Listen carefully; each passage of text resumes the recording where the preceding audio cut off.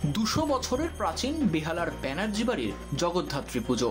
বর্তমানে পুজোর দায়িত্বে প্রখ্যাত নিউরোসার্জন ডক্টর চিরন্তন ব্যানার্জি। এই পুজোর মূল বৈশিষ্ট্য মেয়েদের নামে পুজোর সংকল্প করা হয়। 20 রকম ভোগ তৈরি করে মায়ের কাছে নিবেদন করেন পরিবারের সদস্যরা। 200 বছর আগের সেই জাঁকজমক নেই, কিন্তু রয়ে গেছে ঐতিহ্য ও নিষ্ঠা। প্রাচীন সেই রীতিনীতি মেনেই মা জগদ্ধাত্রী পূজিতা হন এখানে। দুর্গাপুজো বা কালী পুজো নয়, জগদ্ধাত্রী পুজোতেই সবচেয়ে বেশি আনন্দ হয় ব্যানার্জি বাড়িতে। পুজো উপলক্ষে পরিবারের সকল সদস্যরা একত্রিত হন। বিদেশ থেকে পরিবারের সদস্যরা চলে আসেন এই পুজোয়। বাঙালির 12 মাসে 13 পার্বণের মধ্যে দেবী ভগবতী দুর্গার পুজো হয় 3 বার। পুরাণ অনুসারে রাজা সুরথ বসন্তকালে করেছিলেন বাসন্তী দুর্গার পুজো। কবি কৃত্তিবাস তার রামায়ণে রামকে দিয়ে শরৎকালে অকালে দুর্গা পুজো করিয়েছিলেন। আরও একবার দেবী ভগবতী জগদ্ধাত্রী রূপে ভক্তদের পুজো নিতে মর্তে আসেন। হিন্দু পুরাণ শাস্ত্রগুলোতে বিভিন্ন দেবদেবীর জন্মকথা বর্ণনা করা থাকলেও জগদ্ধাত্রী নিয়ে খুব বিস্তৃত কিছু পাওয়া যায় না। কোনো এক মতে ত্রেতা যুগের সূচনায় করিন্দ্রাসুর নামে এক হস্তিরূপী অসুরকে বধ করার জন্য দুর্গার মতোই ব্রহ্মা বিষ্ণু মহেশ্বরের মিলিত তেজস্পুঞ্জ থেকে সিংহবাহিনী চতুর্ভুজাই দেবীর জন্ম। জগদ্ধাত্রীর 4 হাতের উপরের দুটোই থাকে চক্র এবং শঙ্খ, নিচের দুটোয় পঞ্চবাণ ও ধনুক।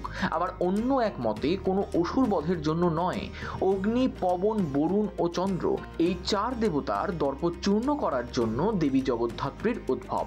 শাস্ত্রমতে কার্তিক মাসের শুক্লপক্ষের নবমী তিথিতে হয় জগদ্ধাত্রীর পুজো। জগদ্ধাত্রীর এই মূর্তির রূপকল্পনা করেন চৈতন্য পরবর্তী শাস্ত্রকার কৃষ্ণানন্দ আগমবাগীশ। কালীর মতো জগদ্ধাত্রী মূর্তিরও একটি রূপ বর্ণনা তিনি তার তন্ত্রসার গ্রন্থে লিপিবদ্ধ করে যান। এই পুজো বহু বছরের পুজো।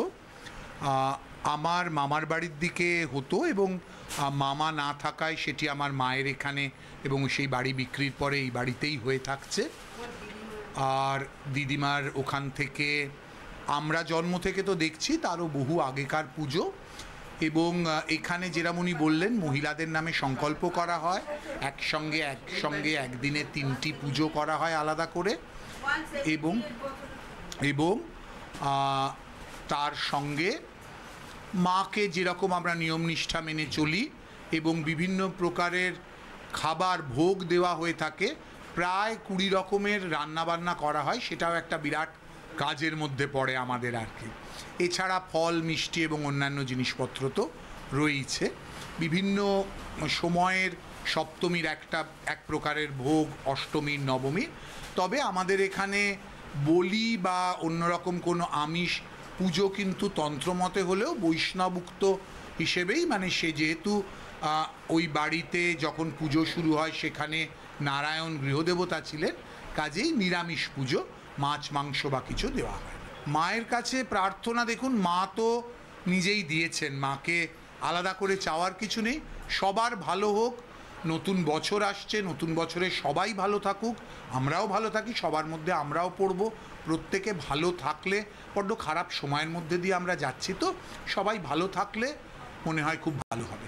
6 বছর বয়স থেকে আমি ঠিক যেভাবে তন্ত্রমতে যেভাবে পূজার যেগুলো অন্যান্য অনুষঙ্গ অনুসরণ করে হয়েছে, এখনও ঠিক সেভাবেই সেই একই রকম মানে শ্রদ্ধা, ভক্তি, সংস্কার নিয়ে এই ধরুন প্রায় 5 পুরুষ ধরে এইভাবে আমরা দেখছি পুজো হয়ে আসছে।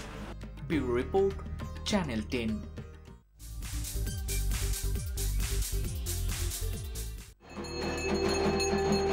জগদ্ধাত্রী পুজোর 4টে দিন একেবারে অন্যরকম কাটে দেবাশিস কুমারের। বাড়ির পুজোর ব্যস্ততা থেকে অতিথি আপ্যায়ন।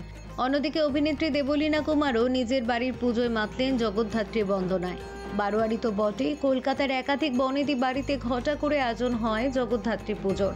এই যেমন নিজের বাড়িতে জগদ্ধাত্রী বন্দনায় মাতলেন বিধায়ক তথা মেয়র পরিষদ সদস্য দেবাশিস কুমার। প্রতি বছরের মতো এবারও কলকাতা পুর নিগমের মেয়র পরিষদ তথা রাসবিহারী কেন্দ্রের বিধায়ক দেবাশিস কুমারের বাড়ির মন্দিরে হলো জগদ্ধাত্রী পুজো। পুজো দেখতে সেই মন্দিরে হাজির হলেন সস্ত্রীক কলকাতার পুর কমিশনার ধবল জৈন থেকে শুরু করে একাধিক কাউন্সিলর, বিধায়ক ও পৌরকর্তারা। দুর্গাপুজোকে কেন্দ্র করে বহু পরিবারের সদস্যরা একসঙ্গে মিলিত হন। পুজোর কটা দিন